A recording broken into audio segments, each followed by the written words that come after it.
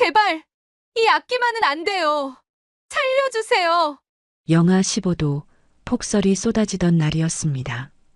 눈과 땀에 흠뻑 젖은 소녀 하나가 신호 대기 중이던 벤츠 뒷문을 벌컥 열고 뛰어들었습니다.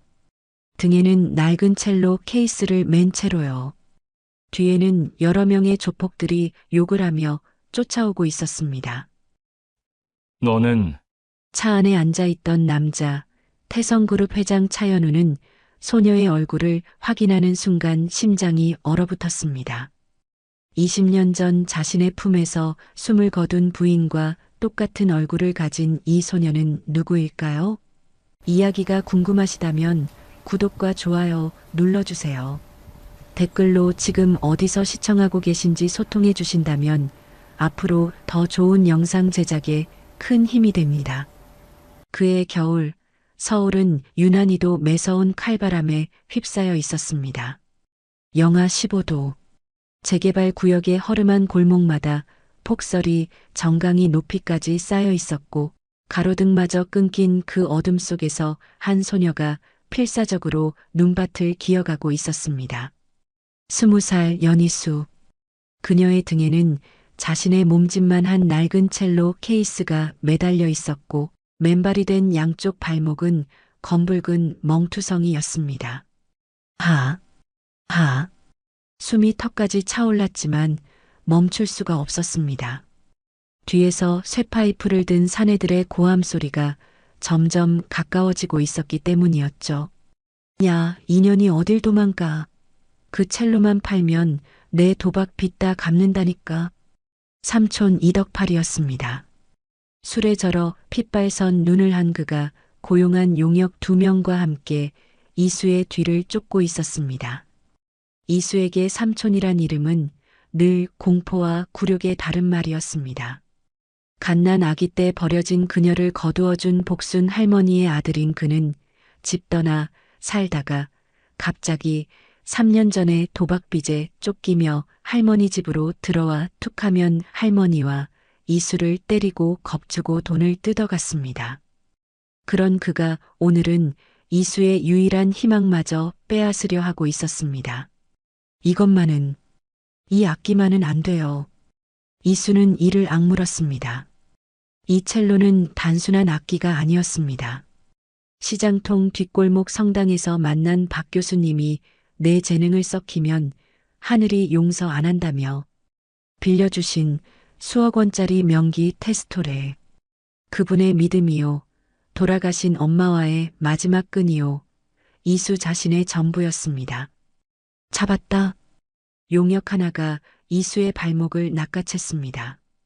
퍽 하는 소리와 함께 이수의 몸이 눈밭에 곤두박질 쳤고 첼로 케이스가 덜그럭 소리를 내며 굴렀습니다. 이수는 본능적으로 케이스를 끌어안았습니다. 차라리 제 몸이 부서질지언정 이것만은 지켜야 했습니다. 제발, 이것만은요. 제발. 그 순간 골목 끝 신호등 앞에 검은색 벤츠 한 대가 멈춰 서 있는 것이 보였습니다. 이수는 마지막 힘을 짜내어 몸을 일으켰습니다. 뒤도 돌아보지 않았습니다. 그저 살아야 했고 이 악기를 지켜야 했습니다. 쾅! 이수는 벤츠의 뒷문을 잡아당겼고 기적처럼 문이 열렸습니다. 그녀는 첼로 케이스를 먼저 밀어넣고 자신도 차 안으로 몸을 던졌습니다. 제발, 이 악기만은 안 돼요. 살려주세요. 그 말을 끝으로 이수는 첼로 케이스를 가슴에 꼭 껴안은 채 의식을 잃었습니다. 차 안에는 한 남자가 앉아 있었습니다. 태성그룹 회장 차연우, 57의 나이에도 서리빨 같은 눈매를 지닌 재계의 거물. 그는 갑자기 뛰어든 낯선 소녀를 내려다보다가 그 얼굴을 확인하는 순간 심장이 얼어붙는 듯한 충격을 받았습니다. 이 얼굴은 창백하게 질린 볼, 꽉 담은 입술, 가늘게 떨리는 속눈썹. 20년 전 자신의 품에서 숨을 거둔 약혼녀 연주의 얼굴이 거기 있었습니다. 아니, 연주보다 더 어린 그러나 빼닮은 얼굴이었습니다. 그리고 그녀가 목숨처럼 껴안고 있는 것은 다름 아닌 첼로. 연주가 그토록 사랑했던 악기였습니다. 이게 대체 현우가 말을 잇지 못하고 있을 때 차 밖에서 쾅쾅 문을 두드리는 소리가 들려왔습니다. 야, 문 열어. 그 애 안 내놓으면 다 죽여버린다. 이덕팔이었습니다. 용역들이 쇠파이프로 차창을 내리치기 시작했고 유리에 거미줄 같은 금이 가기 시작했습니다. 그 순간 현우의 눈빛이 서늘하게 변했습니다. 50년 넘게 재계의 정글에서 살아남은 사람. 그에게 협박 따위는 모기 소리만도 못했습니다. 김 기사. 현우의 목소리는 낮고 단호했습니다. 후진으로 밀어버려. 내 차에 손댄 대가가 뭔지 똑똑히 가르쳐주지. 굉음과 함께 벤츠가 후진했고 용역들이 비명을 지르며 눈밭에 나뒹굴었습니다. 차는 그대로 어둠 속으로 질주하기 시작했습니다. 현우는 곧바로 자신의 캐시미어 코트를 벗어 이수의 몸을 덮어주었습니다. 그녀의 체온은 얼음장 같았고 입술은 파랗게 질려 있었습니다. 동상 걸린 발가락, 인대가 늘어난 듯 퉁퉁 부은 발목, 그리고 온몸 곳곳에 난 시퍼런 멍 자국들. 현우의 손이 부들부들 떨렸습니다. 분노 때문이었습니다. 누가 이 아이를 이렇게 만들었어. 그런데 이상한 것이 있었습니다. 이수는 기절한 와중에도 첼로 케이스를 놓지 않았습니다. 마치 그것이 자신의 생명줄인 양 두 팔로 꼭 껴안고 있었습니다. 현우는 형언할 수 없는 슬픔이 가슴 깊은 곳에서 치밀어 오르는 것을 느꼈습니다. 연주야. 그는 창밖으로 쏟아지는 눈발을 바라보며 중얼거렸습니다. 이 아이, 얼굴만 닮은 게 아니야. 저 눈빛 속에 서린 도끼까지. 연주, 당신이 보낸 건가? 20년이 지나서야 당신이 내게 보낸 건가? 차는 폭설을 뚫고 어둠 속으로 달려갔습니다. 그리고 그 안에는 20년의 세월을 건너 운명처럼 만난 두 사람이 있었습니다. 한 사람은 모든 것을 빼앗긴 채 쓰러져 있었고 다른 한 사람은 잃어버린 것을 되찾은 듯한 예감에 가슴이 터질 것 같았습니다. 아직 아무것도 모릅니다. 이 소녀가 누구인지, 왜 이렇게 쫓기고 있었는지, 그리고 그녀가 품고 있는 첼로에 어떤 비밀이 숨겨져 있는지. 하지만 한 가지는 분명했습니다.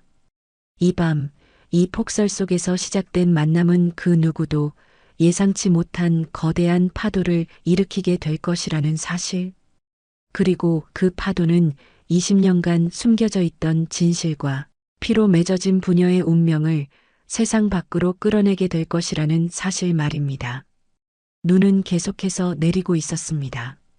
마치 20년간의 눈물을 한꺼번에 쏟아내듯이 하염없이 그리고 처절하게. 현우의 별장은 서울 외곽 눈 덮인 산자락에 자리 잡고 있었습니다.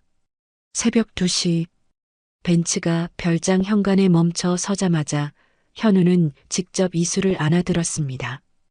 깃털처럼 가벼운 몸이었습니다. 어린 청춘의 몸이 이토록 가벼워도 되는 걸까요?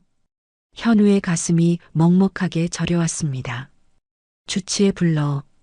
지금 당장.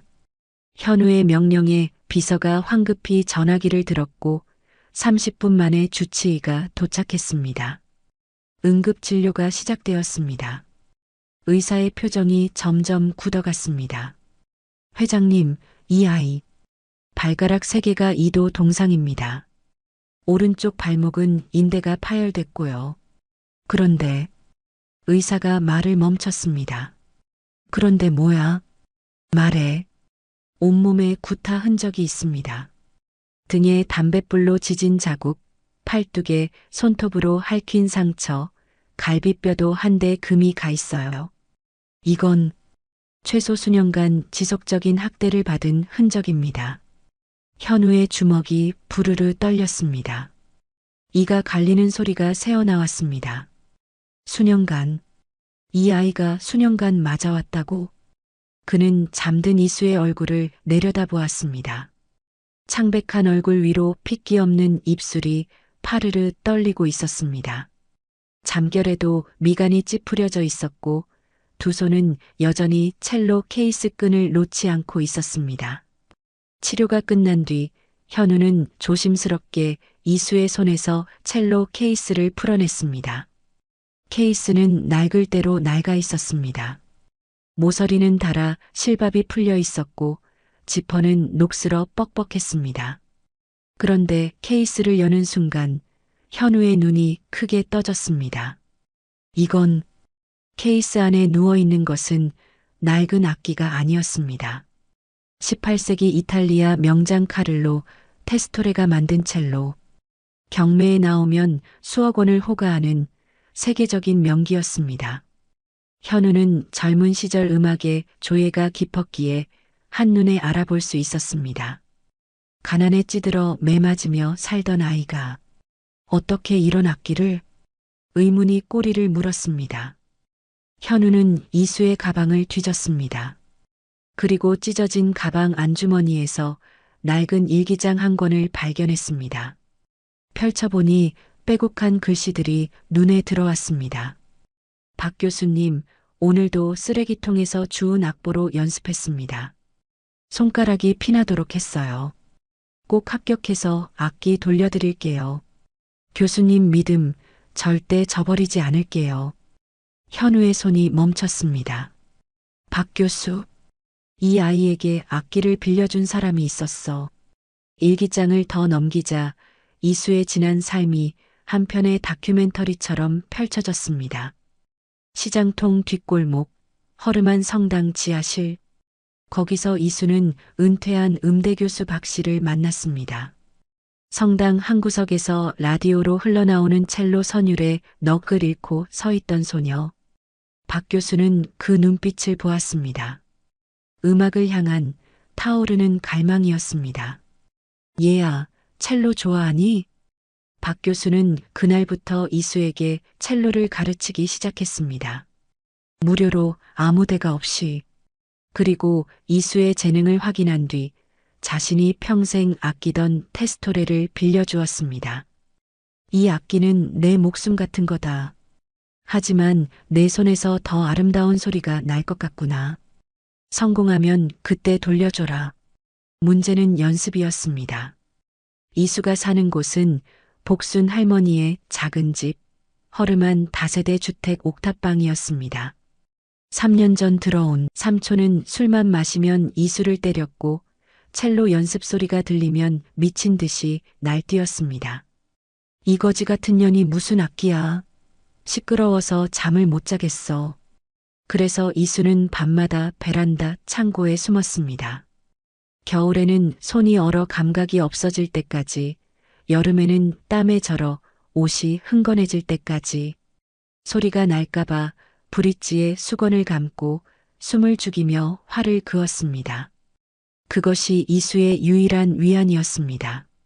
어둡고 축축한 창고에서 손가락 끝이 피멍들도록 연습하며 버텼던 수천 개의 밤. 그 모든 밤이 일기장 안에 담겨 있었습니다. 현우는 일기장을 덮었습니다. 손이 떨려 책장을 넘길 수가 없었습니다. 그때 침대에서 신음소리가 들려왔습니다. 삼촌, 제발 때리지 마세요. 이수가 악몽을 꾸고 있었습니다. 이마에는 식은 땀이 송골송골 맺혀 있었고 두 주먹은 시트를 움켜쥔 채 하얗게 질려 있었습니다. 현우는 이수의 머리맡에 앉아 조심스럽게 이마를 쓸어주었습니다. 괜찮아. 괜찮아, 이제. 그의 목소리가 갈라졌습니다. 왜인지 모르게 눈시울이 뜨거워졌습니다. 다음 날 아침 이수가 눈을 떴습니다. 낯선 천장, 낯선 이불, 낯선 햇살. 이수는 벌떡 일어나 주위를 둘러보았습니다. 그리고 침대 옆에 놓인 첼로 케이스를 발견하고서야 안도의 한숨을 내쉬었습니다. 정신이 드셨군요. 가정부가 문을 열고 들어왔습니다. 손에는 김이 모락모락 나는 죽 한 그릇이 들려 있었습니다. 회장님께서 식사하시라고 하셨어요. 어서 드세요. 이수는 죽그릇을 받아들었습니다. 숟가락을 드는 손이 덜덜 떨렸습니다. 한 숟가락을 입에 넣는 순간 눈물이 왈칵 쏟아졌습니다. 죽이 따뜻했습니다. 선생님이 성공하기 전엔 남한테 얻어먹지 말라고 하셨는데 이수는 흐느끼며 말했습니다. 근데 너무 배고파서 죄송해요. 죄송해요. 가정부는 급히 거실로 나왔습니다. 현우가 물었습니다. 어떻습니까? 회장님, 그 아이. 밥 먹다가 숟가락 든 손이 떨려요. 마치 언제 빼앗길지 모른다는 것처럼요. 그리고 먹으면서 계속 죄송하다고. 얼마나 굶주렸으면. 현우는 더 이상 듣지 않고 자리에서 일어났습니다. 서재로 들어간 그는 비서를 불렀습니다. 박 교수라는 사람을 찾아 시장통 성당에서 무료 레슨하던 은퇴한 음대 교수 3일 안에 데려와. 알겠습니다. 그리고 현우의 눈빛이 차갑게 가라앉았습니다. 이덕팔이라는 놈. 그놈이 이 아이한테 한 짓 하나도 빠짐없이 조사해. 증거 확보되는 대로 내게 보고하고. 어떻게 처리할까요? 현우는 창밖에 눈을 바라보며 낮게 말했습니다. 그놈들 손가락을 다 분질러 놓겠어. 감히 내 앞에 온 아이를. 그렇게 만들어 놓은 대가가 뭔지 똑똑히 알려줘야지. 그의 주먹이 하얗게 질렸습니다. 아직 이수가 누구인지 알지 못했습니다. 하지만 본능이 말하고 있었습니다. 이 아이를 지켜야 한다고. 무슨 일이 있어도 지켜야 한다고. 창밖에서는 여전히 눈이 내리고 있었습니다. 하지만 별장 안에는 조금씩, 아주 조금씩 따스한 온기가 번지기 시작하고 있었습니다. 사흘이 지났습니다. 이수의 발목은 여전히 깁스를 하고 있었지만 얼굴에는 조금씩 혈색이 돌아오고 있었습니다. 별장의 따뜻한 공기와 규칙적인 식사가 얼어붙었던 소녀의 몸을 천천히 녹이고 있었던 것이죠. 그날 오후 현우는 서재에서 서류를 검토하고 있었습니다. 그런데 복도 너머에서 희미한 멜로디가 들려왔습니다. 허밍 소리였습니다. 누군가 콧노래를 흥얼거리고 있었습니다. 현우의 손이 멈췄습니다. 이 노래는 가슴이 철렁 내려앉았습니다. 그는 자신도 모르게 자리에서 일어나 소리가 나는 쪽으로 걸어갔습니다. 거실 창가에 이수가 앉아 있었습니다. 휠체어에 몸을 기댄 채 창밖에 눈을 바라보며 무심코 흥얼거리고 있었습니다. 그 멜로디, 20년 전 현우가 연주가 아기를 낳을 때 들으라고 작곡하고 녹음해서 병원에 갖다 줬던 그 곡이었습니다. 발표하지 않은 곡, 악보로 남기지도 않은 곡, 오직 둘만의 밤에 하모니카로 불어주던 그 선율. 세상에 이 멜로디를 아는 사람은 현우 자신과 죽은 연주뿐이어야 했습니다.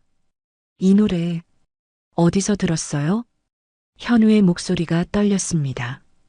이수가 고개를 돌렸습니다. 아, 이거요? 저는 아기 때 버려졌대요. 저를 키워주신 할머니가 저를 발견하실 때 바구니 속에 카세트 테이프 하나가 들어있었는데 거기 있던 노래예요. 현우의 무릎에서 힘이 빠졌습니다. 그는 가까스로 소파 팔걸이를 붙잡고 몸을 지탱했습니다. 아기 때 버려졌다고? 거기에 들어있었다고? 머릿속이 하얘졌습니다. 잠깐만 기다려요. 현우는 급히 서재로 돌아갔습니다. 벽에 걸린 그림을 젖히자 금고가 나타났습니다. 떨리는 손으로 비밀번호를 누르고 금고 문을 열었습니다. 그 안에는 20년간 한 번도 꺼내지 않았던 상자가 있었습니다. 연주의 유품이었습니다. 현우는 상자를 열었습니다. 바랜 사진들, 손때 묻은 편지들, 그리고 연주가 마지막으로 입었던 옷 한 벌. 그는 사진 한 장을 집어들었습니다. 20살의 연주가 첼로를 안고 웃고 있는 사진이었습니다. 손이 부들부들 떨렸습니다. 사진 속 연주와 거실에 앉아 있는 이수의 얼굴이 겹쳐졌습니다. 눈매, 코, 입술, 웃을 때 살짝 올라가는 입꼬리까지 판박이었습니다. 현우는 비서를 돌아보았습니다. 그의 눈빛이 달라져 있었습니다. 지금 당장 이 아이의 머리카락을 채취해, 그리고 유전자 검사센터로 특급 송부해. 내 시료와 비교 검사 의뢰하고, 회장님 혹시 24시간 안에 결과 가져와. 아니면 내 목을 내놓아야 할 거야. 비서가 황급히 사라졌습니다. 현우는 금고 앞에 털썩 주저앉았습니다. 연주의 사진을 가슴에 안고 눈을 감았습니다. 설마 그런 거야? 우리 아이가 살아있는 거야? 그날 밤이었습니다. 현우는 잠을 이루지 못하고 서재에서 하모니카를 꺼내 들었습니다. 20년 전 연주에게 불어주던 바로 그 하모니카였습니다. 그는 창가에 앉아 조용히 입술을 가져다 대었습니다. 서글픈 선율이 흘러나왔습니다. 그런데 그 순간 서재 문이 열렸습니다. 이수가 목발을 짚고 서 있었습니다. 그리고 그녀의 손에는 첼로가 들려 있었습니다. 이 소리 듣고 왔어요. 이 노래. 이수는 말을 잇지 못하고 눈물을 글썽였습니다. 그 테이프에 있던 노래예요. 현우는 하모니카를 내리지 않았습니다. 이수도 첼로를 내려놓지 않았습니다. 마치 보이지 않는 끈에 이끌리듯 이수가 첼로를 세우고 활을 들었습니다. 현우가 하모니카를 불기 시작했습니다. 그리고 이수가 첼로로 화음을 맞추었습니다. 기적 같은 일이었습니다. 한 번도 함께 연습한 적 없는 두 사람이 완벽한 합주를 이루어냈습니다. 하모니카의 애절한 선율과 첼로의 깊은 울림이 어우러져 서재 전체를 감쌌습니다. 20년의 세월을 뛰어넘은 합주였습니다. 마치 처음부터 함께 연주하도록 정해져 있었던 것처럼. 곡이 끝났습니다. 두 사람 사이에 정적이 흘렀습니다. 이수의 눈에서 눈물이 흘러내렸습니다. 왜 우는지 자신도 몰랐습니다. 그저 가슴속에서 무언가 터져 나오는 것 같았습니다. 왜 이렇게 마음이 아프죠? 처음 만난 분인데 왜 이렇게 익숙하죠? 현우는 대답하지 못했습니다. 그저 떨리는 손으로 하모니카를 내려놓았을 뿐이었습니다. 이수가 방으로 돌아간 뒤 현우는 홀로 연주의 사진 앞에 섰습니다. 촛불 하나가 어둠 속에서 흔들리고 있었습니다. 연주야. 그의 목소리가 갈라졌습니다. 우리 딸 맞지? 그렇지? 우리 아이가 살아있는 거지? 대답은 없었습니다. 하지만 현우는 알고 있었습니다. 본능이, 피가 20년간 멈추지 않았던 그리움이 말하고 있었습니다. 저 아이가 자신의 딸이라고. 그리고 같은 시각 서울 한복판 태성그룹 부회장실에서는 차승만이 전화기를 붙들고 있었습니다. 현우가 시장통 여학생을 별장에 데려갔다고? 차승만의 눈이 가늘어졌습니다. 이덕팔이라고 했나? 그놈한테 연락해. 별장 근처에서 미행하게 해. 그리고 그 여자애가 누군지 알아내. 전화를 끄는 차승만의 입가에 섬뜩한 미소가 떠올랐습니다. 현우 이놈, 뭘 숨기고 있는 거야? 20년 만에 드디어 꼬리를 밟히는 건가? 눈은 그쳤지만 더 큰 폭풍이 다가오고 있었습니다. 진실을 향한 폭풍, 그리고 그 진실을 막으려는 어둠의 폭풍이. 24시간이 채 지나지 않아 결과가 도착했습니다. 특급 우편으로 날아온 봉투를 받아든 현우의 손이 떨렸습니다. 서재 문을 닫고 홀로 앉았습니다. 심장이 미친 듯이 뛰었습니다. 봉투를 뜯는 손가락에 힘이 들어가지 않았습니다. 마침내 결과지가 펼쳐졌습니다. 붉은색 도장이 찍힌 공식 문서, 그 위에 적힌 숫자가 현우의 눈에 들어왔습니다. 친자관계 확률 99.99%. 현우의 손에서 결과지가 떨어졌습니다. 무릎이 꺾였습니다. 그대로 바닥에 주저앉았습니다. 입술이 파르르 떨렸고 눈에서는 뜨거운 것이 쏟아져 내렸습니다. 내 딸이 살아있었어.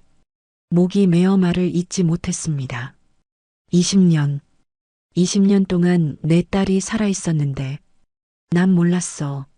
난. 현우는 두 손으로 얼굴을 감싸고 통곡했습니다. 50년 넘게 살아오면서 한 번도 이렇게 울어본 적이 없었습니다. 재계의 거물, 철의 회장이라 불리던 사람이 어린아이처럼 울부짖었습니다. 그 순간 20년 전의 기억이 파도처럼 밀려왔습니다. 병원 복도, 수술실 불빛, 그리고 의사의 차가운 목소리. 회장님, 안타깝게도 아이가 죽었습니다. 산모도 과다출혈로. 죄송합니다. 그날 현우는 모든 것을 잃었습니다. 사랑하는 여인과 태어나지도 못한 아이를. 세상이 무너져 내렸습니다. 장례식장에서 연주의 관을 붙잡고 나도 데려가라고 울부짖었던 기억이 생생했습니다. 그런데 그것이 거짓말이었습니다. 누가 이런 짓을 한 거야? 현우는 이를 악물었습니다. 분노가 슬픔을 밀어내기 시작했습니다. 비서. 문이 열리고 비서가 들어왔습니다. 20년 전 일을 다시 조사해. 연주가 입원했던 병원, 담당 의사, 간호사, 그날 있었던 모든 사람들. 하나도 빠짐없이 파헤쳐. 알겠습니다. 현우는 화마처럼 끓어오르는 분노를 가라앉히며 자신의 아기를 유기한 그놈에 대해 칼날 같은 이성으로 생각했습니다. 도대체 왜 그랬을까? 현우는 책상 서랍에서 오래된 서류 한 장을 꺼냈습니다. 선대 회장, 그러니까 현우의 아버지가 남긴 유언장이었습니다. 차현우에게 직계 비속이 생길 경우 차승만이 보유한 지분 50%를 회수하여 현우에게 귀속시킨다. 이것이 모든 비극의 시작이었습니다. 태성그룹의 2인자인 사촌형 차승만, 그는 늘 1인자인 자신을 노렸습니다. 그런데 현우에게 아이가 태어나면 자신의 지분 절반을 빼앗기게 되어 있었습니다. 그래서 그는 아이를 죽은 것으로 만들었을 것입니다. 1인자가 되기 위해 갓 태어난 조카를 쓰레기처럼 내다버렸던 것입니다. 20년. 내 딸이 20년을 지옥에서 살았어. 그 악마 같은 놈 때문에. 현우는 눈을 감았습니다. 이수가 보여주었던 상처들이 떠올랐습니다. 담뱃불 자국, 매맞은 흔적, 굶주린 몸. 그 모든 고통이 차승만에게서 비롯된 것이었습니다. 그때 비서가 조심스럽게 말했습니다. 회장님, 한 가지 더 보고드릴 것이 있습니다. 이수 씨에 대해 조사하다가 알게 된 건데요. 말해. 이수 씨가 작년에 서울음대 첼로과에 수석으로 합격했습니다. 전국에서 단 한 명만 뽑는 수석이었습니다. 그런데 비서가 말을 멈췄습니다. 그런데 뭐야? 등록금을 마련하지 못해서 입학을 포기했습니다. 이덕팔이라는 자가 등록금으로 힘들게 마련한 돈을 모두 빼앗아 도박에 탕진했다고 합니다. 현우의 눈에서 다시 눈물이 흘러내렸습니다. 이번에는 분노의 눈물이 아니었습니다. 피눈물 같은 자책의 눈물이었습니다. 내 딸이 전국 수석을 했는데 등록금이 없어서 포기했다고? 아버지로서 해줄 수 있는 것이 아무것도 없었습니다. 20년 동안 딸이 굶고 맞고 꿈을 포기하는 동안 자신은 호화로운 저택에서 살았습니다. 그 생각에 가슴이 찢어지는 것 같았습니다. 이수에게 언제 말해야 할까? 현우는 비서를 돌아보았습니다. 내가 아버지라고 언제 어떻게 말해야 할까? 20년 동안 버려두었던 아버지가 갑자기 나타났다고. 그 아이가 받아들일 수 있을까? 비서는 대답하지 못했습니다. 그것은 누구도 쉽게 답할 수 없는 질문이었습니다. 한편 그 시각 서울 태성그룹 본사에서는 차승만이 이사회를 소집하고 있었습니다. 여러분, 긴급 안건이 있습니다. 차승만의 목소리가 회의실에 울려 퍼졌습니다. 차현우 회장이 나이 어린 여학생을 별장에 데려가 함께 지내고 있다는 제보가 들어왔습니다. 이것은 명백한 도덕적 이상행위이며 그룹 이미지에 치명적인 타격을 줄 수 있는 사안입니다. 이사들이 술렁이기 시작했습니다. 증거가 있습니까? 곧 확보될 겁니다. 기자들도 이미 대기 중이고요. 차승만의 입가에 음흉한 미소가 떠올랐습니다. 그는 이미 가짜 제보자를 준비해 두었습니다. 현우를 미성년자 추행범으로 몰아 해임시킬 계획이었습니다. 20년 전에도 처리했는데 이번에도 처리하면 되지. 차승만은 창밖을 바라보며 중얼거렸습니다. 현우야, 네가 뭘 알아냈는지 모르겠지만 다시 한번 모든 걸 빼앗아 주마. 20년 전처럼 두 형제의 전쟁이 시작되려 하고 있었습니다. 진실을 지키려는 자와 진실을 묻으려는 자. 그 사이에 20년간 버려졌던 딸이 있었습니다. 폭풍 전야의 고요함이 태성그룹을 감싸고 있었습니다. 하지만 곧 그 어떤 것도 막을 수 없는 폭풍이 몰아칠 것이었습니다. 그날은 유난히도 하늘이 무겁게 내려앉은 날이었습니다. 서울 시장통 골목, 허름한 보리밥집. 김복순 할머니는 여느 때처럼 커다란 솥에 보리밥을 퍼담고 있었습니다. 이른이 넘은 나이에도 허리 한번 펴지 못하고 새벽부터 밥을 지었습니다. 돈 없는 노인들, 갈 곳 없는 아이들에게 한 끼라도 더 먹이려고요.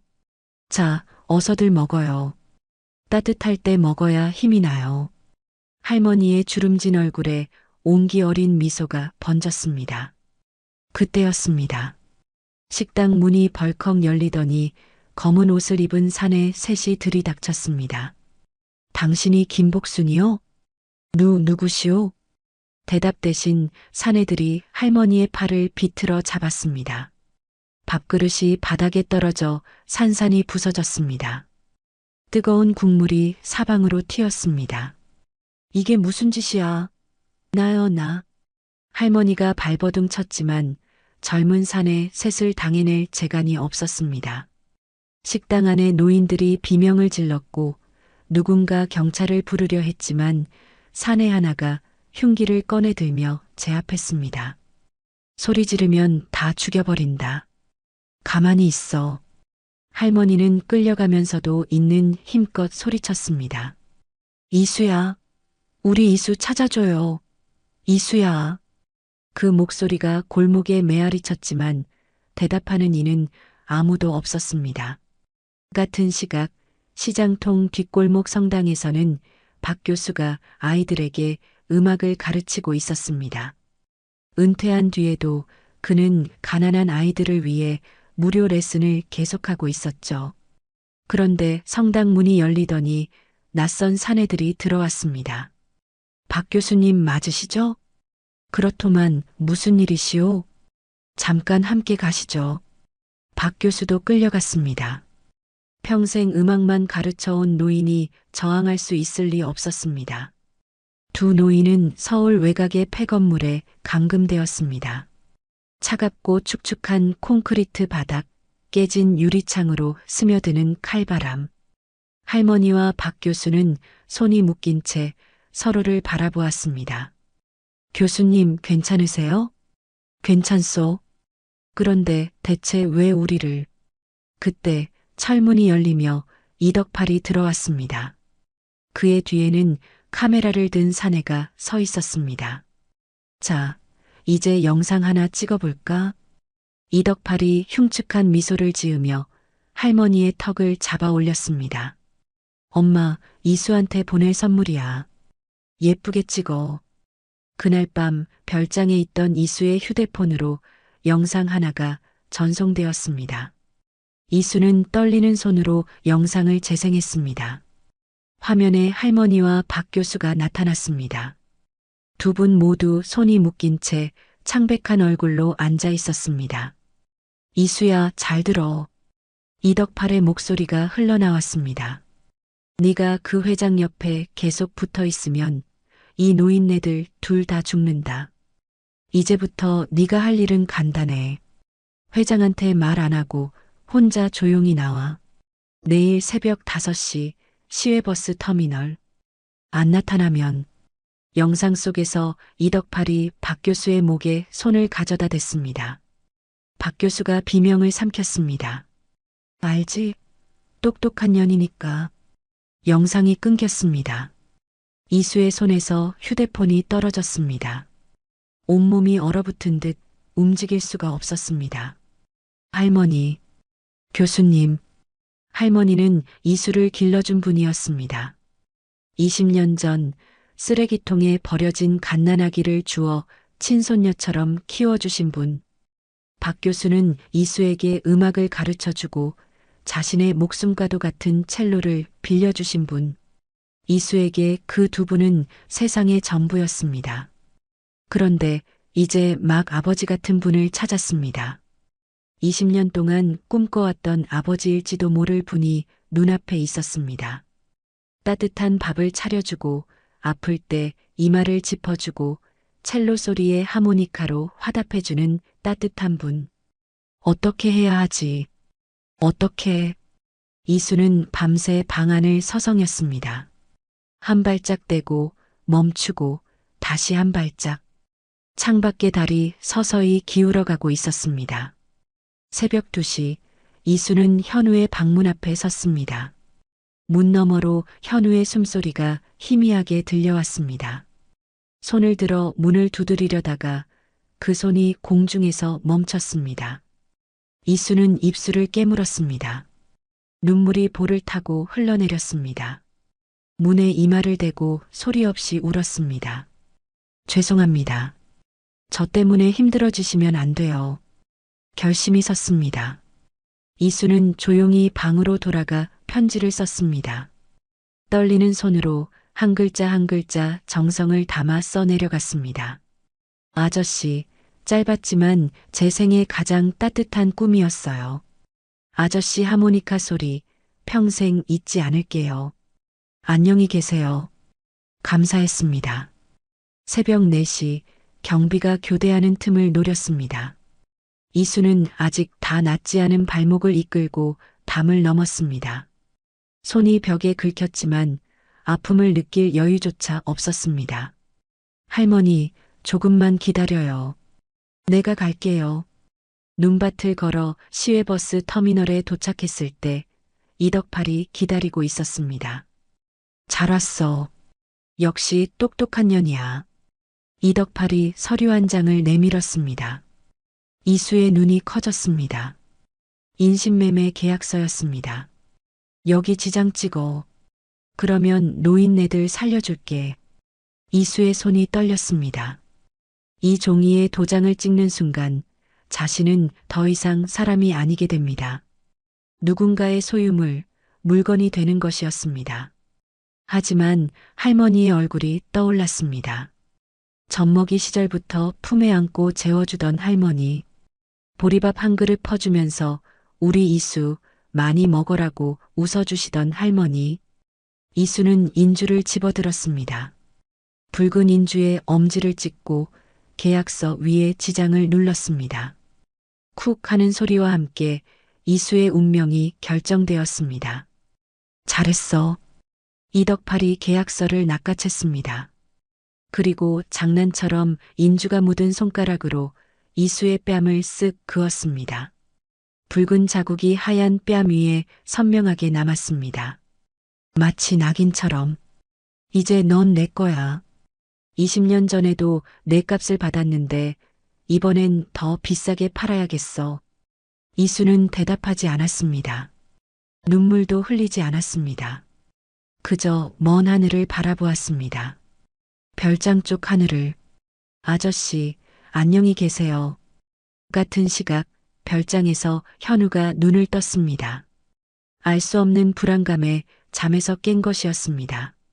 시계를 보니 새벽 5시.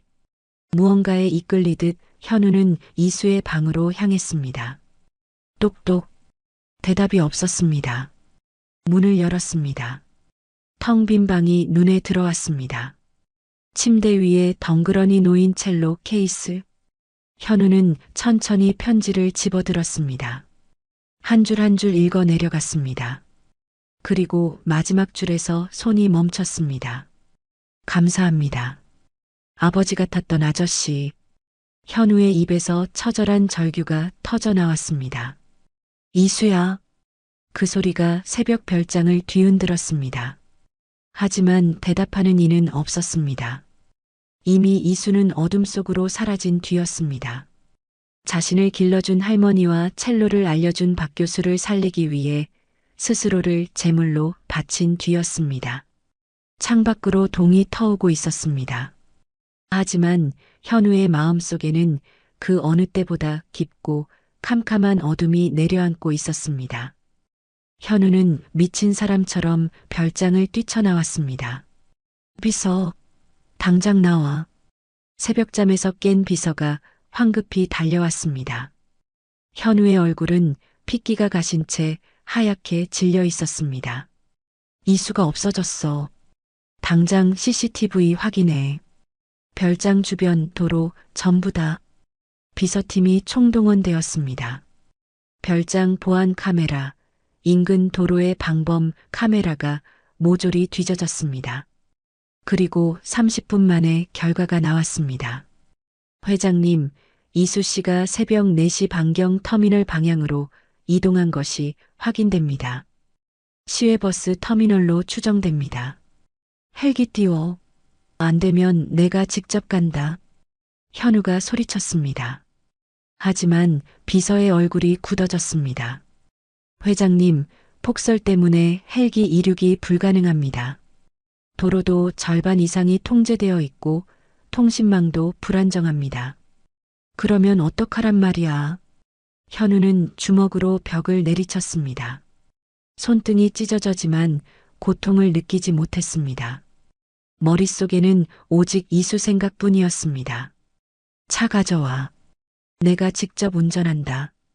회장님, 도로 상황이. 닥치고 차 가져오라고. 벤츠가 별장 앞에 섰습니다. 현우는 운전석에 올라타 시동을 걸었습니다. 엑셀을 밟는 발에 힘이 들어갔습니다. 차가 눈밭을 헤치며 달리기 시작했습니다. 그러나 얼마 가지 못해 차가 멈췄습니다. 눈이 너무 많이 쌓여 바퀴가 헛돌았습니다. 현우는 핸들을 붙잡고 이를 악물었습니다. 제발, 제발. 하지만 차는 움직이지 않았습니다. 현우는 운전석 문을 벌컥 열고 밖으로 뛰어내렸습니다. 영하 15도의 눈밭 위를 뛰기 시작했습니다. 귀가 떨어지는 듯한 추위가 밀려왔지만 멈출 수 없었습니다. 멈추면 딸을 잃습니다. 20년 만에 찾은 딸을 또다시 잃게 됩니다. 이수야, 기다려라. 아빠가 간다.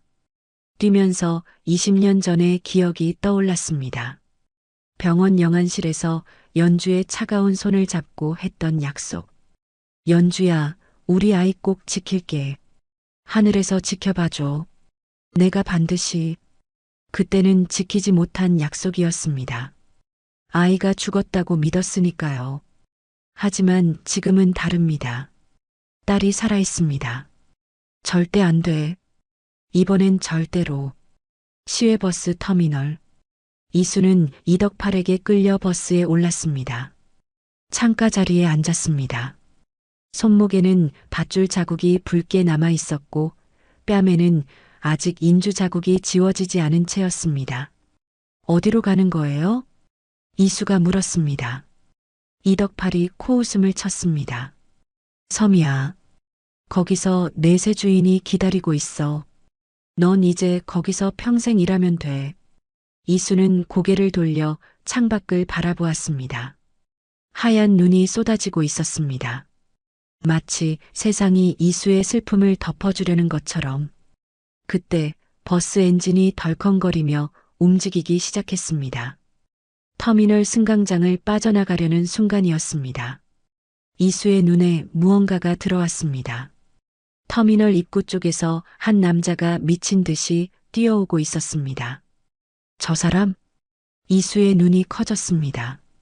그 실루엣, 그 얼굴, 아저씨였습니다. 아저씨? 버스가 속도를 올렸습니다. 현우가 버스를 향해 뛰어왔습니다. 하지만 버스는 점점 멀어지고 있었습니다. 안 돼. 내 딸아. 현우의 절규가 터미널에 울려 퍼졌습니다. 그는 마지막 힘을 짜내 버스 앞으로 뛰어들었습니다. 그리고 본인 위로 몸을 던졌습니다. 기익. 버스가 급정거했습니다. 기사가 비명을 질렀습니다. 승객들이 술렁였습니다. 저 미친놈이 뭐야? 이덕팔이 욕을 내뱉으며 자리에서 일어났습니다. 하지만 이수가 먼저 움직였습니다. 이덕팔의 손을 뿌리치고 버스 통로를 달려갔습니다. 버스 문이 열렸습니다. 현우가 보닛에서 미끄러져 내리며 버스 앞에 섰습니다. 온몸이 눈과 땀으로 범벅이 되어 있었습니다. 하지만 그의 눈은 오직 버스 계단에 선 이수만을 바라보고 있었습니다. 이수야. 현우의 목소리가 갈라졌습니다. 이수가 계단을 내려왔습니다. 한 발짝 한 발짝 다리가 후들거렸습니다. 어떻게? 누가 널 보내? 누가? 현우가 이수를 끌어안았습니다. 얼어붙은 몸으로. 그러나 그 품은 세상에서 가장 따뜻했습니다. 내가 내 아빠야. 태성그룹 차현우의 유일한 딸이라고. 누가 감히 널 데려가. 이수의 눈에서 눈물이 쏟아졌습니다. 참고 참았던 눈물이 둑을 터뜨린 것처럼 하염없이 흘러내렸습니다. 아빠, 진짜 제 아빠예요? 제가 정말 아저씨 딸이에요? 그래, 내 딸이야. 20년 동안 찾았어. 20년 동안. 두 사람은 눈밭 위에서 서로를 부둥켜 안고 울었습니다. 아버지의 피눈물과 딸의 회한이 뒤섞여 하얀 눈 위로 떨어졌습니다. 20년간 얼어붙었던 세월이 그 눈물에 녹아내리는 것 같았습니다. 그때였습니다. 찰칵, 찰칵. 플래시가 터지기 시작했습니다. 어디선가 나타난 기자들이 카메라를 들이대며 연신 셔터를 눌러댔습니다. 회장님, 저 여학생은 누구입니까? 나이 어린 여성과 포옹하는 모습이 적절합니까? 스캔들 의혹에 대해 한 말씀. 기자들의 고함이 터미널을 가득 메웠습니다. 차승만이 미리 심어둔 기자들이었습니다. 그들은 쉴 새 없이 사진을 찍어댔고 현우가 이수를 안고 있는 모습이 실시간으로 전송되기 시작했습니다. 속보 태성그룹 회장, 나이 어린 여학생과 터미널에서 포옹. 회장의 부적절한 포옹. 치정 스캔들인가. 기사가 인터넷에 퍼지기 시작했습니다. 악의적인 제목과 편집된 사진이 사람들의 눈을 자극했습니다. 하지만 현우는 이수를 놓지 않았습니다. 기자들이 몰려오든 세상이 무너지든 그는 20년 만에 찾은 딸을 절대 놓을 수 없었습니다. 찍어라. 마음대로 찍어. 하지만 이 아이는 내 딸이야. 내 피를 나눈 친딸이란 말이다. 현우의 목소리가 터미널에 울려 퍼졌습니다. 기자들이 잠시 술렁였지만 곧 더 세차게 셔터를 눌러댔습니다. 폭풍이 시작되고 있었습니다. 진실을 가리려는 어둠의 폭풍이. 하지만 현우는 알고 있었습니다. 이제 물러설 곳은 없다는 것을. 딸을 지키기 위해, 진실을 밝히기 위해 모든 것을 걸어야 한다는 것을. 눈은 여전히 내리고 있었습니다. 그러나 아버지와 딸은 서로를 놓지 않았습니다. 20년의 세월을 뛰어넘어 마침내 하나가 된 두 사람. 그 어떤 폭풍도 이들을 갈라놓을 수는 없을 것이었습니다. 그날 이후 세상이 현우를 향해 칼을 겨누기 시작했습니다. 인터넷에는 터미널에서 찍힌 사진이 순식간에 퍼져나갔습니다. 땀범벅이 된 현우가 젊은 여성을 끌어안고 있는 장면. 악의적으로 편집된 그 사진 아래에는 독이 묻은 댓글들이 수만 개씩 달렸습니다. 재벌 회장이 손녀뻘 여자랑 치정극이라니 역겹다. 저 나이에 저러고 있으니 재벌들은 다 똑같아. 태성그룹 불매운동 해야 하는 거 아님? 저 여자 돈 때문에 저러는 거겠지 뭐. 댓글 하나하나가 비수가 되어 현우와 이수의 가슴에 꽂혔습니다. 진실은 어디에도 없었습니다. 사람들은 자극적인 제목만 보고 판단했고 악의적인 기사만 믿고 욕설을 퍼부었습니다. 별장으로 돌아온 현우는 서재에 틀어박혔습니다. 비서가 조심스럽게 문을 열고 들어왔습니다. 회장님, 해명 기자회견을 하셔야 합니다. 이대로 두시면. 해명? 현우가 피식 웃었습니다. 그 웃음에는 씁쓸함이 가득했습니다. 내가 딸이라고 하면 믿겠어? 20년 동안 죽은 줄 알았던 딸이 살아있었다고 그게 말이 된다고 생각해? 유전자 검사 결과 들이밀어도 조작이라고 할 거야. 차승만이 그렇게 몰아갈 테니까. 비서는 아무 말도 하지 못했습니다. 현우의 말이 맞았습니다. 지금 상황에서 진실을 말해도 아무도 믿지 않을 것이었습니다. 오히려 더 큰 조롱거리가 될 뿐이었죠. 한편 이수는 자신의 방에서 나오지 않았습니다. 커튼을 치고 어둠 속에 웅크리고 앉아 있었습니다. 휴대폰 화면에 뜨는 악성 댓글들을 보며 손톱으로 제 손등을 긁고 또 긁었습니다. 저 때문이에요. 제가 아빠한테 갔으니까. 제가 없었으면 아빠가 이런 일 안 당하셨을 텐데. 문 밖에서 가정부의 목소리가 들려왔습니다. 아가씨, 식사하셔야죠. 문 좀 여세요. 대답이 없었습니다.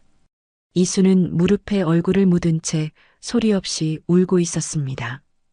그 시각 태성그룹 본사 이사회실에서는 차승만이 득의양양한 표정으로 연단에 서 있었습니다. 여러분, 보셨습니까?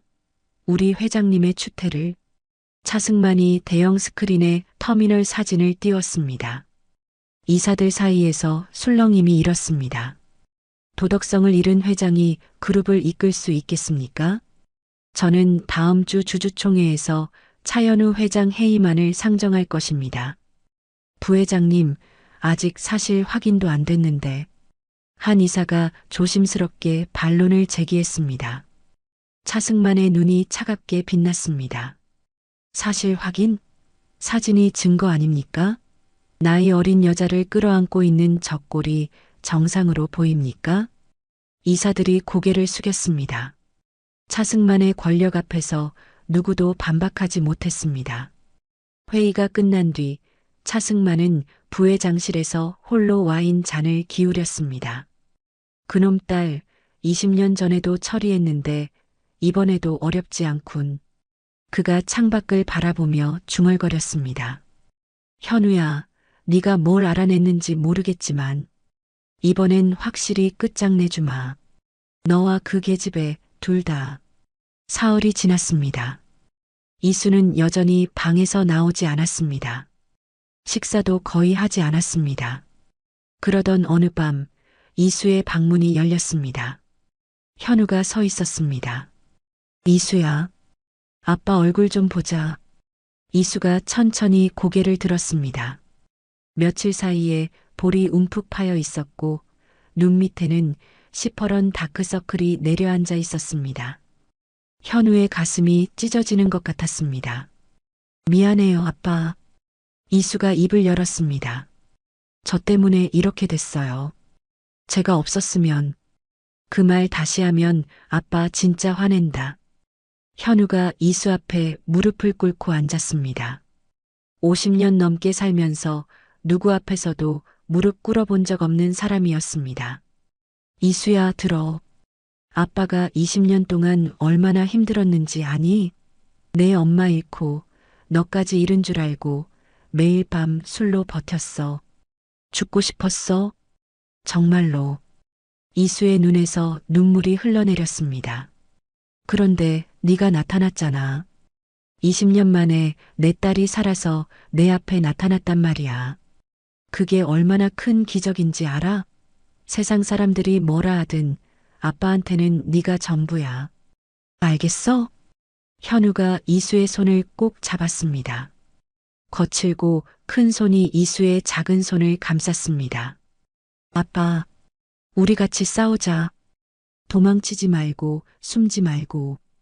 이수는 한참을 울었습니다. 그리고 천천히 고개를 끄덕였습니다. 네. 더 이상 도망 안 할게요. 그날 밤 이수는 처음으로 방문을 열고 나왔습니다. 그리고 거실에 놓인 첼로 케이스를 열었습니다. 오래된 현을 풀고 새 현으로 갈아 끼웠습니다. 손끝에 힘을 주어 현을 조율하면서 나직이 중얼거렸습니다. 엄마, 힘 빌려주세요. 이번엔 제가 아빠를 지킬게요. 바로 그 시각 서울 외곽의 폐건물에서는 치열한 구출 작전이 펼쳐지고 있었습니다. 현우가 고용한 특수 경호팀이 폐건물을 급습했습니다. 이덕팔이 고용한 용역들과 격렬한 몸싸움이 벌어졌습니다. 주먹이 오가고 쇠파이프가 휘둘러졌습니다. 하지만 현우의 경호팀은 정예 중의 정예였습니다. 할머니, 교수님, 경호원이 감금실 문을 부수고 들어갔습니다. 김복순 할머니와 박 교수가 손이 묶인 채 구석에 웅크리고 있었습니다. 사흘간 제대로 먹지도 못한 채였습니다. 괜찮으세요? 구하러 왔습니다. 할머니가 경호원의 손을 붙잡았습니다. 첫마디가 자신의 안부가 아니었습니다. 이수는? 우리 이수는 괜찮아? 그애 어디 다친 데 없어? 이수 씨는 무사합니다. 회장님과 함께 계십니다. 그제야 할머니의 눈에서 눈물이 쏟아졌습니다. 다행이다. 다행이야. 우리 이수가 무사하다니. 박 교수도 구출되었습니다. 그런데 그의 손에는 작은 칩 하나가 쥐어져 있었습니다. 이게 뭡니까, 교수님? 박 교수가 떨리는 목소리로 말했습니다. 20년 전 병원 CCTV 복원 칩이야. 이덕팔이라는 놈이 술 취해서 자랑하더군. 자기가 20년 전에 아기를 바꿔치기 했다고. 그래서 그 증거가 있냐고 물었더니 이걸 보여주더라고. 술 취해서 떨어뜨렸길래 몰래 주워서 가지고 있었지. 경호원의 눈이 커졌습니다.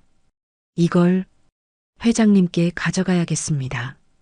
다음 날 새벽 별장에 할머니와 박 교수가 도착했습니다. 이수가 현관으로 뛰어나갔습니다. 할머니, 이수야. 두 사람이 부둥켜 안았습니다. 할머니의 주름진 손이 이수의 볼을 쓰다듬었습니다. 괜찮아? 어디 다친 데 없어? 밥은 먹었어? 할머니야말로. 죄송해요. 저 때문에. 무슨 소리야? 네가 무슨 잘못이야? 현우가 다가왔습니다. 할머니와 눈이 마주쳤습니다. 할머니는 20년 전 쓰레기통에서 주운 아기가 이 거물의 딸이었다는 사실이 아직도 믿기지 않았습니다. 회장님, 이 아이를. 할머니, 감사합니다. 현우가 깊이 고개를 숙였습니다. 제게의 거물이 시장통 보리밥집 할머니에게 허리를 굽힌 것이었습니다. 20년 동안 제 딸을 키워주셨습니다. 그 은혜 평생 갚겠습니다. 할머니의 눈에서 눈물이 흘러내렸습니다. 그때 박 교수가 현우에게 칩을 건넸습니다. 회장님, 이것을 보셔야 합니다. 20년 전 진실이 담긴 증거입니다. 현우, 이수 할머니, 박 교수, 네 사람이 서재에 모였습니다. 칩을 재생하자 화면에 20년 전 병원 신생아실이 나타났습니다. 그리고 그 안에서 벌어진 끔찍한 장면이 간호사가 살아있는 아기를 들어 다른 곳으로 옮기고 죽은 아기를 대신 눕히는 장면. 그 옆에서 이덕팔이 돈 봉투를 세고 있었습니다. 그리고 그 뒤에 차승만의 옆모습이 스쳐 지나갔습니다.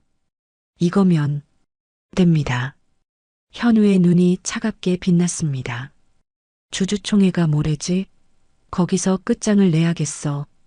박 교수가 고개를 끄덕였습니다. 저도 증언하겠습니다. 이수의 재능을 처음 발견한 사람으로서 이 아이가 어떻게 살아왔는지 세상에 알리겠습니다. 이수가 첼로를 들어 올렸습니다. 저도 제가 할 일이 있어요. 네 사람의 눈이 마주쳤습니다. 서로 다른 삶을 살아왔지만 이제 하나의 목표를 향해 뭉친 사람들. 진실을 밝히고 악을 심판하겠다는 굳은 의지가 그들을 하나로 묶고 있었습니다. 가자. 끝장을 내러. 현우의 낮은 목소리가 서재에 울려 퍼졌습니다. 마침내 반격이 시작되려 하고 있었습니다. 주주총회 전날 밤이었습니다. 서울 시내 고급 호텔 연회장에서는 차승만이 주최한 만찬이 열리고 있었습니다. 태성그룹의 주요 주주들이 한자리에 모였습니다. 샴페인 잔이 부딪히고 가벼운 웃음소리가 오갔습니다. 하지만 그 웃음 뒤에는 검은 거래가 숨어 있었습니다. 내일 해임안에 찬성만 해주시면 이 정도는 기본이고요. 차승만이 주주 한 명 한 명에게 두툼한 봉투를 건넸습니다. 봉투 안에는 현금 다발과 함께 해외 골프 회원권, 고급 아파트 분양권이 들어 있었습니다. 부회장님만 믿겠습니다. 차현우는 이제 끝이야. 도덕성 잃은 회장이 뭘 하겠어. 주주들이 너도 나도 고개를 끄덕였습니다. 차승만의 입가에 승리의 미소가 번졌습니다. 현우야, 20년 전에 내 아이를 버렸을 때 끝냈어야 했는데 이번엔 확실히 끝장내주마. 같은 시각 현우는 별장 서재에 홀로 앉아 있었습니다.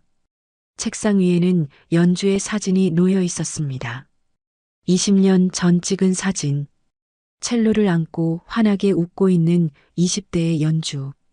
현우는 그 사진을 물끄러미 바라보았습니다. 연주야. 그가 나직이 중얼거렸습니다. 내일이면 끝이야. 20년 동안 숨겨졌던 진실을 세상에 밝힐 거야. 우리 딸한테 했던 짓, 당신한테 했던 짓, 그 악마 같은 놈한테 반드시 갚아주겠어. 창밖에는 달이 떠 있었습니다. 차가운 겨울 달빛이 서재 안으로 스며들었습니다. 현우는 사진 속 연주의 얼굴을 손가락으로 쓰다듬었습니다. 지켜봐줘. 내가 우리 딸 지키는 거 하늘에서 지켜봐줘. 다음 날 오후 2시 태성그룹 본사 대강당 주주총회가 시작되었습니다. 수백 명의 주주들이 자리를 채웠고 언론사 기자들이 카메라를 들이대고 있었습니다. 분위기는 이미 현우에게 불리하게 흘러가고 있었습니다. 터미널 사진이 대형 스크린에 떠 있었고 주주들 사이에서는 수군거림이 끊이지 않았습니다. 저 사진 봐. 회장이 저 나이에 저러고 있었다니. 그룹 이미지 추락이야. 주가도 곤두박질 치고. 해임이 답이지 뭐. 현우가 단상에 올랐습니다. 야유가 쏟아졌습니다. 누군가 부끄러운 줄 알아라. 라고 소리쳤습니다. 현우의 측근들은 불안한 표정으로 서로를 바라보았습니다. 차승만이 자리에서 일어났습니다. 위풍당당한 걸음으로 연단에 섰습니다. 존경하는 주주 여러분. 그의 목소리가 마이크를 통해 강당에 울려 퍼졌습니다. 오늘 저는 가슴 아픈 안건을 상정하게 되었습니다. 바로 차현우 회장 해임안입니다. 강당이 술렁였습니다. 차승만이 손을 들어 정적을 유도했습니다.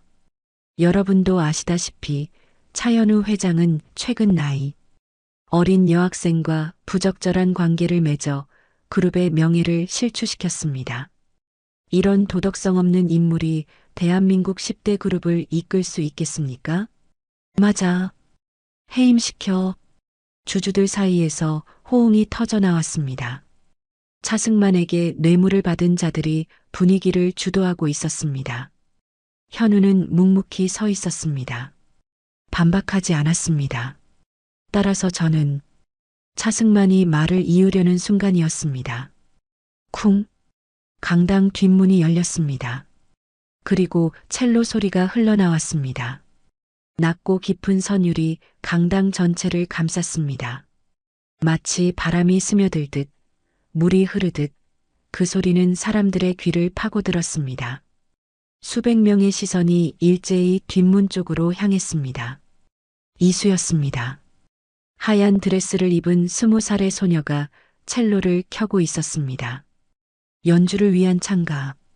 20년 전 현우가 연주를 위해 작곡한 곡이었습니다. 세상에 발표된 적 없는 오직 두 사람만의 노래. 강당이 고요해졌습니다. 방금까지 야유를 퍼붓던 주주들도 카메라를 들이대던 기자들도 모두 입을 다물었습니다. 첼로의 선율이 그들의 마음을 사로잡았습니다. 슬프면서도 아름다운 그리움과 사랑이 뒤섞인 그 소리 앞에서 누구도 함부로 움직일 수 없었습니다. 이수의 연주가 끝났습니다. 정적이 흘렀습니다. 그리고 강당 뒷문으로 두 사람이 더 들어왔습니다. 휠체어를 탄 김복순 할머니와 지팡이를 짚은 박 교수였습니다. 저분들은 누구야? 웬 노인들이? 주주들이 술렁였습니다. 현우가 마이크 앞으로 걸어갔습니다. 제 증인들입니다. 그 한마디에 강당이 다시 조용해졌습니다. 현우가 손짓하자 비서가 리모컨을 눌렀습니다. 대형 스크린에 새로운 화면이 떠올랐습니다. 유전자 검사 결과지. 차현우, 연희수 친자관계 확률 99.99%. 주주들 사이에서 탄식이 터져 나왔습니다. 저 여학생이 회장님 딸이라고? 그럼 터미널 사진은? 현우가 말을 이었습니다. 이 아이는 제 친딸입니다. 20년 전 제 사촌형 차승만이 경영권을 독점하기 위해 갓 태어난 제 딸을 죽은 것으로 위장하고 쓰레기통에 버렸습니다. 강당이 발칵 뒤집혔습니다. 차승만의 얼굴이 새하얗게 질렸습니다. 거짓말. 저건 조작된 문서야. 차승만이 소리쳤습니다. 하지만 현우는 개의치 않았습니다. 화면이 바뀌었습니다. 20년 전 병원 신생아실 CCTV 영상이 재생되기 시작했습니다. 간호사가 살아있는 아기를 들어 옮기고 죽은 아기를 대신 눕히는 장면. 그 옆에서 돈 봉투를 세는 이덕팔. 그리고 그 뒤로 스쳐 지나가는 차승만의 옆모습. 저건. 차승만이 말을 더듬었습니다. 주주들의 시선이 차갑게 변했습니다. 차승만이 발악했습니다. 하지만 그 순간 강당 문이 다시 열렸습니다. 경찰들이 들이닥쳤습니다. 그리고 그들 사이에 수갑이 채워진 이덕팔이 끌려 들어왔습니다. 이덕팔 씨 할 말 있으시죠? 형사가 물었습니다. 이덕팔이 차승만을 노려보았습니다. 다 저놈이 시킨 거야. 20년 전에 아기 버리라고 한 것도 이수 팔아넘기라고 한 것도 다 차승만이 시켰어. 이 개자식이. 차승만이 이덕팔에게 달려들었습니다. 두 사람이 뒤엉켜 바닥에 나뒹굴었습니다. 추악한 멱살잡이가 수백 명의 주주들 앞에서 벌어졌습니다. 나한테 손대지 마. 네가 날 이렇게 만들었잖아. 네가. 경찰들이 두 사람을 제압했습니다. 차승만의 양손에 수갑이 채워졌습니다. 차승만 씨 영아유기, 인신매매 교사, 증거인멸 혐의로 체포합니다. 당신에게는 묵비권이 있으며. 형사의 목소리가 강당에 울려 퍼졌습니다. 차승만이 끌려가면서 현우를 노려보았습니다. 하지만 현우는 그를 보지 않았습니다. 그의 눈은 오직 단상 아래 서 있는 이수만을 바라보고 있었습니다. 주주들이 자리에서 일어났습니다. 야유 대신 박수가 터져 나왔습니다. 1명, 2명, 점점 더 많은 사람들이 기립하며 박수를 보냈습니다. 현우가 단상에서 내려와 이수에게 다가갔습니다. 그리고 딸의 손을 잡고 단상 위로 올라갔습니다. 여러분, 소개합니다. 현우의 목소리가 떨렸습니다. 제 딸입니다. 20년 만에 돌아온 저의 유일한 핏줄입니다. 강당 전체가 박수로 가득 찼습니다. 이수의 눈에서 눈물이 흘러내렸습니다. 하지만 이번에는 슬픔의 눈물이 아니었습니다. 마침내 진실이 세상 앞에 모습을 드러낸 것이었습니다. 그날 저녁 대한민국 전역에 속보가 타전되었습니다. 속보 태성그룹 부회장 차승만 20년 전 영아유기 및 인신매매 교사 혐의로 긴급 체포. 단독 차현우 회장의 친딸 20년 만에 생존 확인. 충격의 진실. 태성그룹 주주총회 현장. 숨겨진 비극의 전말 공개. 뉴스 화면에는 수갑이 채워진 채 경찰차에 오르는 차승만의 모습이 나왔습니다. 불과 몇 시간 전까지만 해도 재계의 거물이었던 사람이 이제는 범죄자의 얼굴로 카메라 앞에 섰습니다. 플래시 세례가 쏟아졌고 기자들의 고함이 사방에서 터져나왔습니다. 부회장님, 정말로 조카를 버린 겁니까? 20년간 숨겨온 이유가 뭡니까? 유 원장 조작 의혹에 대해 한 말씀. 차승만은 고개를 푹 숙인 채 아무 대답도 하지 않았습니다. 코트 깃으로 얼굴을 가리려 했지만 소용없었습니다.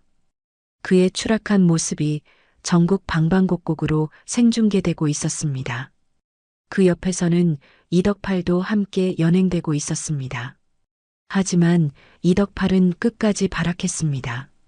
나는 시키는 대로만 했다고. 다 차승만이 시킨 거야. 저놈이 돈 줬어. 이덕팔이 차승만의 멱살을 잡으려 하자 경찰들이 황급히 제압했습니다.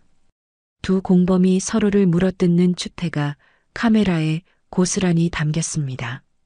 20년간 공고하던 악의 동맹이 한순간에 무너지는 순간이었습니다.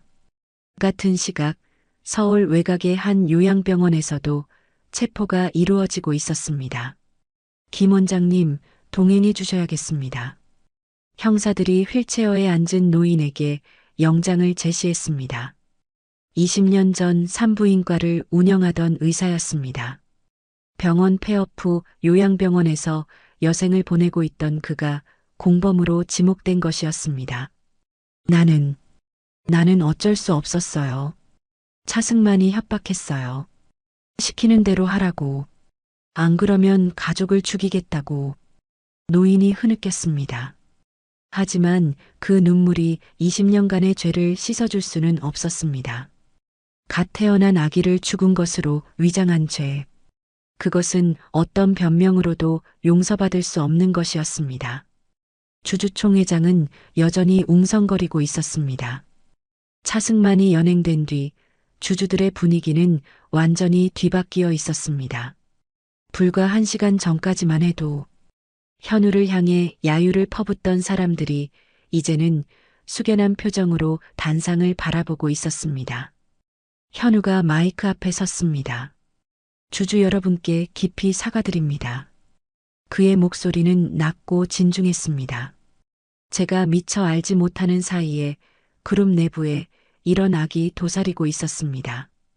20년 전의 비극도 그리고 최근 벌어진 일들도 모두 제가 눈을 크게 뜨지 못한 탓입니다. 이 점에 대해서는 어떤 질책도 달게 받겠습니다. 주주들 사이에서 술렁임이 일었습니다. 누군가 손을 들었습니다. 회장님, 그러면 저 여학생이 정말로 회장님의 친딸입니까? 현우가 이수를 바라보았습니다. 이수가 천천히 아버지 곁으로 다가왔습니다. 현우가 딸의 손을 잡고 주주들을 향해 섰습니다. 네, 제 딸입니다. 20년 전 태어나자마자 빼앗긴 제 유일한 핏줄입니다. 그리고 현우는 이수의 손을 높이 들어 올렸습니다.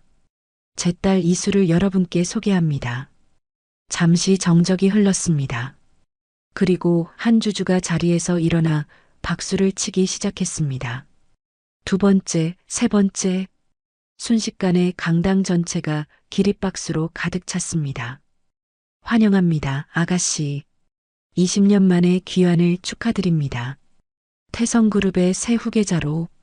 박수 소리 사이로 환호성이 터져 나왔습니다.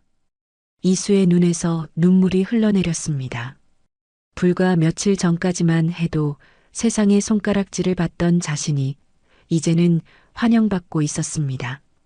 현우가 손을 들어 박수를 멈추게 했습니다. 여러분의 환대에 감사드립니다. 하지만 한 가지 말씀드릴 것이 있습니다. 강당이 조용해졌습니다. 제 딸은 아직 대학생입니다. 음악을 전공하는 20살 청춘이에요. 후계자라는 무거운 짐을 당장 지울 생각은 없습니다. 천천히, 아주 천천히 가르치겠습니다. 우선은 아버지로서 그동안 해주지 못했던 것들을 해주고 싶습니다. 현우가 이수를 바라보았습니다. 그 눈에는 한없는 사랑이 담겨 있었습니다. 20년 동안 굶기고 때리고 버림받았던 시간. 그 시간만큼 따뜻하게 해주고 싶습니다. 경영은 그 다음입니다. 주주들 사이에서 감탄이 흘러나왔습니다. 냉철하고 무섭기로 소문난 차현우 회장이 딸 앞에서는 한없이 부드러운 아버지가 되어 있었습니다. 총회가 끝난 후 현우와 이수는 강당 한쪽에 마련된 대기실로 향했습니다. 그곳에는 김복순 할머니와 박 교수가 기다리고 있었습니다. 이수가 할머니에게 달려갔습니다. 할머니, 이수야, 우리 이수. 두 사람이 부둥켜 안았습니다. 할머니의 주름진 손이 이수의 등을 토닥였습니다. 20년간 친손녀처럼 키워온 손길이었습니다. 잘했어. 우리 이수 잘했어. 첼로 소리 듣고 할머니 가슴이 다 뭉클했다. 할머니 덕분이에요. 할머니가 저 안 버리고 키워주셨으니까. 이수의 목소리가 울먹였습니다. 현우가 천천히 다가왔습니다. 할머니와 눈이 마주쳤습니다. 현우가 깊이 허리를 숙였습니다. 할머니, 감사합니다. 정말 감사합니다. 아이고, 회장님이 이러시면. 아닙니다. 할머니가 아니었으면 제 딸은 이 세상에 없었을 겁니다. 쓰레기통에 버려진 아이를 주어서 20년 동안 굶어가면서 키워주셨습니다. 이 은혜를 어떻게 갚아야 할지 모르겠습니다. 할머니의 눈에서 눈물이 흘러내렸습니다. 됐어요, 회장님. 그리고 저도 제 아들이 한 짓 죄송합니다. 오늘에야 알았습니다.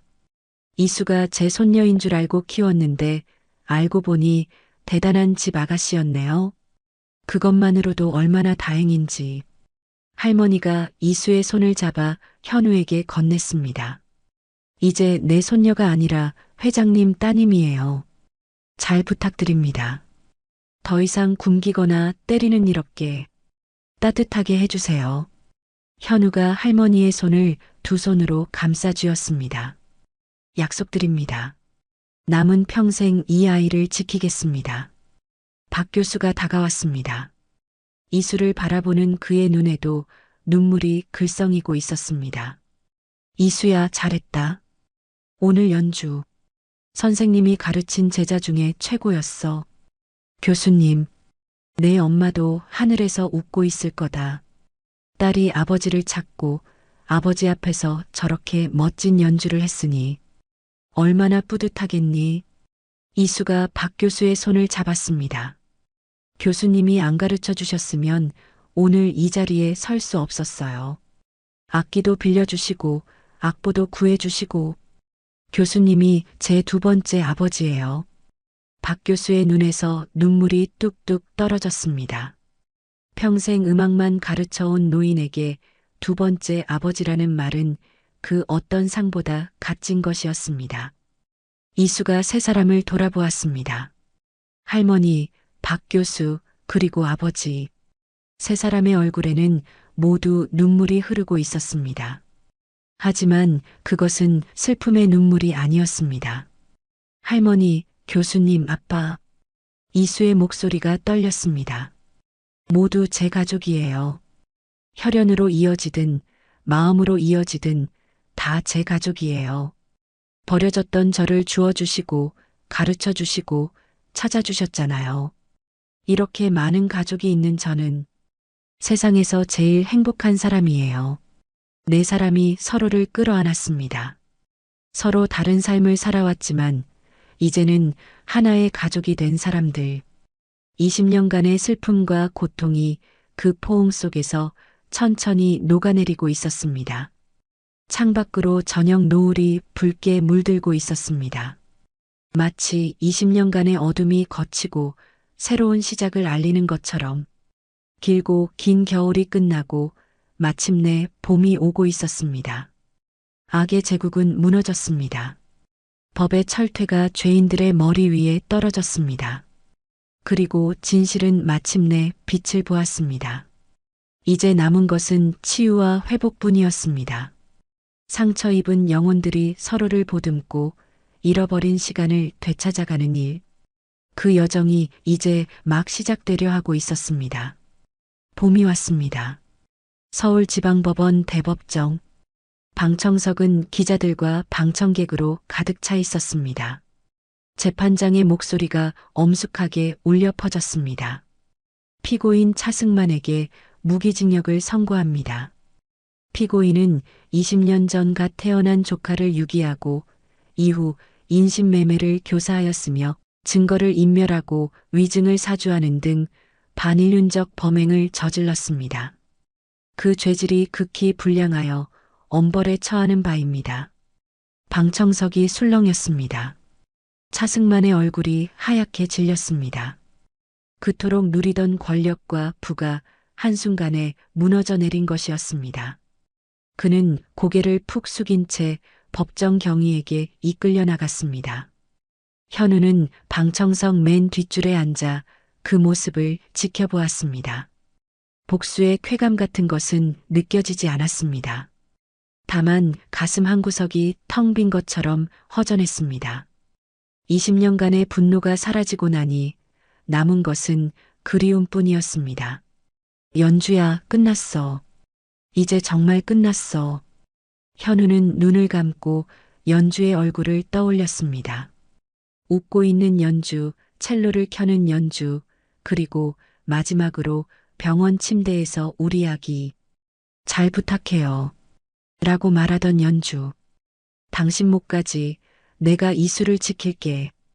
같은 시각 또 다른 법정에서는 이덕팔의 선고가 내려지고 있었습니다. 피고인 이덕팔에게 징역 15년을 선고합니다. 이덕팔은 수갑이 채워진 손을 내려다보며 혼잣말처럼 중얼거렸습니다. 그 돈만 안 받았어도, 그때 차승만 말을 안 들었어도. 하지만 후회는 이미 늦었습니다. 20년 전 아이를 유기하고 팔아넘기려 했던 죄. 그 대가를 치러야 할 때가 온 것이었습니다.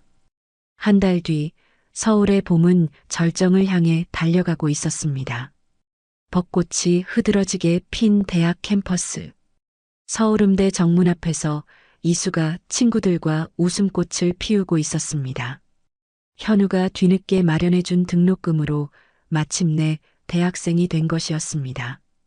이수야, 점심 같이 먹을래? 응, 학식하자. 이수의 얼굴에는 생기가 넘쳤습니다. 불과 몇 달 전만 해도 굶주리고 맞고 쫓기던 소녀가 이제는 평범한 대학생의 일상을 누리고 있었습니다. 어깨의 맨첼로 케이스는 더 이상 낡은 것이 아니었습니다. 아버지가 선물해준 세계 최고의 명기 스트라디바리우스였습니다. 캠퍼스 벤치에 앉아 첼로를 연습하는 이수를 멀찍이서 바라보는 한 남학생이 있었습니다. 같은 과 동기였습니다. 그는 이수가 연주하는 모습을 바라보며 살며시 미소 지었습니다. 저렇게 예쁘게 웃는 사람이었구나. 이수는 모르고 있었습니다. 새로운 인연의 씨앗이 봄바람에 싹트고 있다는 것을. 서울 시장통 골목, 예전에 허름했던 보리밥집은 이제 말끔하게 단장되어 있었습니다. 복순이네 사랑 나눔터. 간판이 새로 걸렸습니다. 현우의 지원으로 보리밥집은 지역 노인들을 위한 무료 급식소로 재탄생했습니다. 넓어진 홀에는 어르신들이 옹기종기 모여 앉아 따끈한 밥을 드시고 계셨습니다. 할머니, 이거 다 이수가 보내준 거예요? 한 어르신이 물었습니다. 김복순 할머니가 환하게 웃었습니다. 그럼요, 우리 이수가 보내준 거예요. 그 애가 이제 대기업 회장 딸이 됐다니까요. 근데 뭐, 나한텐 여전히 내 손녀야. 매주 전화해서 할머니 밥 드셨냐고 물어본다니까. 할머니의 눈가에 주름이 깊게 패였습니다. 행복한 주름이었습니다. 급식소 한쪽에서는 박 교수가 아이들에게 악기를 가르치고 있었습니다. 기타, 바이올린, 첼로. 가난해서 음악을 배우지 못하는 아이들을 위한 무료 레슨이었습니다. 현우가 마련해준 악기들이 아이들의 손에서 서툰 소리를 내고 있었습니다. 자, 활을 이렇게 잡는 거야. 천천히, 천천히. 박 교수의 얼굴에도 미소가 가득했습니다. 제자 이수가 이룬 기적이 이제 다른 아이들에게도 이어지고 있었습니다. 초여름의 어느 날, 현우와 이수는 나란히 산길을 올랐습니다. 연주의 묘소가 있는 곳이었습니다. 푸른 잔디 위에 하얀 비석이 서 있었고 그 앞에는 갓 피어난 들꽃들이 흐드러져 있었습니다. 현우가 비석 앞에 무릎을 꿇었습니다. 연주야 왔어. 오늘은 특별한 손님을 데려왔어. 이수가 아버지 옆에 나란히 앉았습니다. 손에는 첼로가 들려 있었습니다. 엄마, 저예요. 이수예요. 이수의 목소리가 떨렸습니다. 현우가 하모니카를 꺼냈습니다. 이수가 첼로를 세웠습니다. 두 사람의 눈이 마주쳤습니다. 말하지 않아도 알 수 있었습니다. 무슨 곡을 연주할지. 현우가 먼저 하모니카를 불기 시작했습니다. 그리고 이수의 첼로가 화음을 맞추었습니다. 연주를 위한 창가. 20년 전 현우가 연주를 위해 만든 곡. 그 선율이 푸른 하늘 아래 울려 퍼졌습니다. 바람이 더 세게 불었습니다. 하얀 리본이 춤을 추듯 펄럭였습니다. 나뭇잎들이 박수를 치듯 사각거렸습니다. 마치 연주가 하늘에서 두 사람의 합주를 듣고 기뻐하는 것 같았습니다. 곡이 끝났습니다. 현우가 비석을 쓰다듬었습니다. 연주야, 우리 딸 예쁘지? 당신을 꼭 빼닮았어. 첼로 켜는 것도 웃는 것도. 이제 우리가 당신 목까지 행복하게 살게. 지켜봐줘. 이수가 아버지의 손을 잡았습니다. 아빠, 우리 이제 괜찮은 거죠? 현우가 딸을 바라보았습니다. 그 눈에는 20년간의 슬픔 대신 따뜻한 사랑이 가득 차 있었습니다. 그래, 이제 괜찮아. 아니, 앞으로 더 괜찮아질 거야. 두 사람은 하산하며 나란히 걸었습니다. 아버지와 딸, 20년 만에 찾은 가족. 그들의 앞에는 이제 따뜻한 날들만이 기다리고 있었습니다. 그해 가을, 서울예술이전당 콘서트홀 앞에 커다란 포스터가 걸렸습니다. 연희수 첼로 데뷔 리사이틀, 하늘의 엄마에게 바치는 헌정 공연. 포스터 속에서 이수가 첼로를 안고 미소 짓고 있었습니다. 더 이상 굶주리고 지친 얼굴이 아니었습니다. 당당하고 아름다운 20살 청춘의 얼굴이었습니다. 공연장 객석 맨 앞줄에는 현우, 김복순 할머니, 박 교수가 나란히 앉아 있었습니다. 세 사람 모두 눈물을 글썽이며 무대 위의 이수를 바라보았습니다. 조명이 켜졌습니다. 이수가 활을 들었습니다. 그리고 첫 음이 울려 퍼지는 순간 객석 전체가 숨을 죽였습니다. 그것은 단순한 연주가 아니었습니다. 20년간의 고통과 눈물, 그리고 마침내 찾은 사랑과 희망이 선율에 담겨 있었습니다. 쓰레기통에 버려진 아기가 세계적인 무대에, 서기까지의 기적 같은 이야기가 첼로의 울림이 되어 사람들의 가슴을 파고들었습니다. 겨울은 길었습니다. 20년이라는 긴 겨울이었습니다. 하지만 사랑은 눈보다 하얗게 그들을 덮어주었습니다. 버려진 아이를 주운 할머니의 사랑, 재능을 알아봐준 은사의 사랑, 그리고 마침내 찾아온 아버지의 사랑. 그 사랑들이 모여 기적을 만들었습니다. 이제 그들에게는 매일이 봄날입니다. 이 이야기에 담아 시청자 여러분과 꼭 나누고 싶었던 마음은 세상이 아무리 차갑고 잔인해도 진심, 어린 사랑 하나가 사람을 살린다는 것입니다. 피로 이어진 가족만이 가족이 아닙니다. 마음으로 이어진 인연도 가족이 될 수 있습니다. 그리고 아무리 긴 겨울이라도 봄은 반드시 옵니다. 오늘 이야기를 끝까지 들어주셔서 감사합니다. 영상 보시고 느끼신 감정, 댓글로 함께 나눠주세요. 여러분의 한마디가 누군가에겐 큰 위로가 될 수 있습니다. 영상이 마음에 드셨다면 구독과 좋아요로 응원 부탁드립니다.